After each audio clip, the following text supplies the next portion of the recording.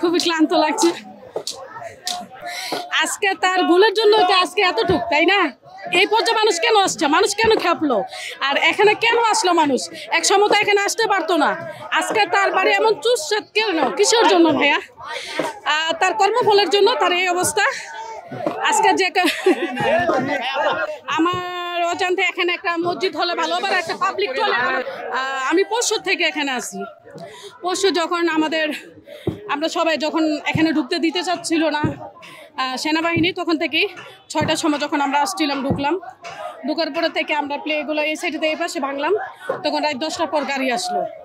আসার পর গাড়ি এসে ভাঙচুর করলো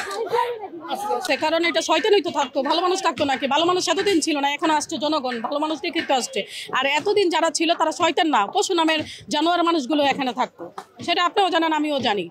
জানে এটা তার নিজের দোষের কারণে সে এখানে আজকে এই পর্যায়ে আসছে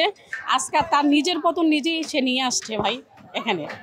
সে যদি আমাদের দাবিগুলো মেনে নিত সে যদি যখন আমরা যা চাইছিলাম তাই যদি দাবিগুলো আমাদের মেনে নিত আমরা যেভাবে চাইছিলাম সে যদি আজকে মানতো তাহলে এতটুকু হতো না তারপর সে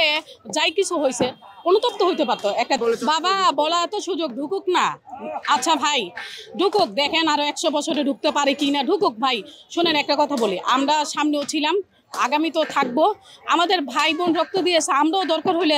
এখন এই ইয়ং জেনারেশনে যারা আছি আমরা দরকার হলে আবার আর একটা বড় যুদ্ধতে নামবো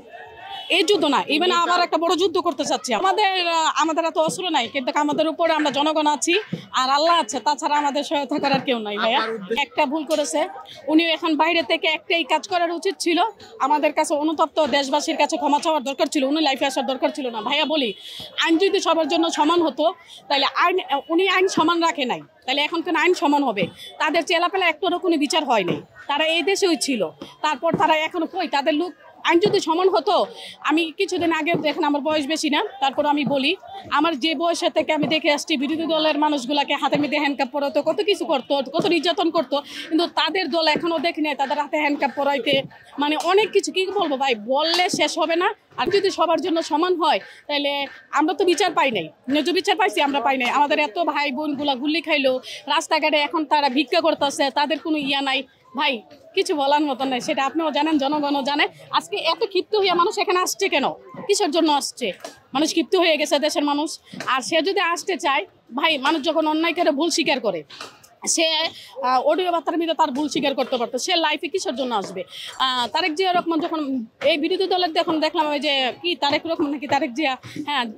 উনি যখন বাইরে রাষ্ট্রতে ছিল বা লন্ডনে ছিল তার কোনো অডিও কল ভিডিও কল বা বাংলাদেশে কোনো প্রচার হতো না কেন হতো না ভাই আইন তো সবার জন্য সমান তাহলে সে কেন ভাবতে আসবে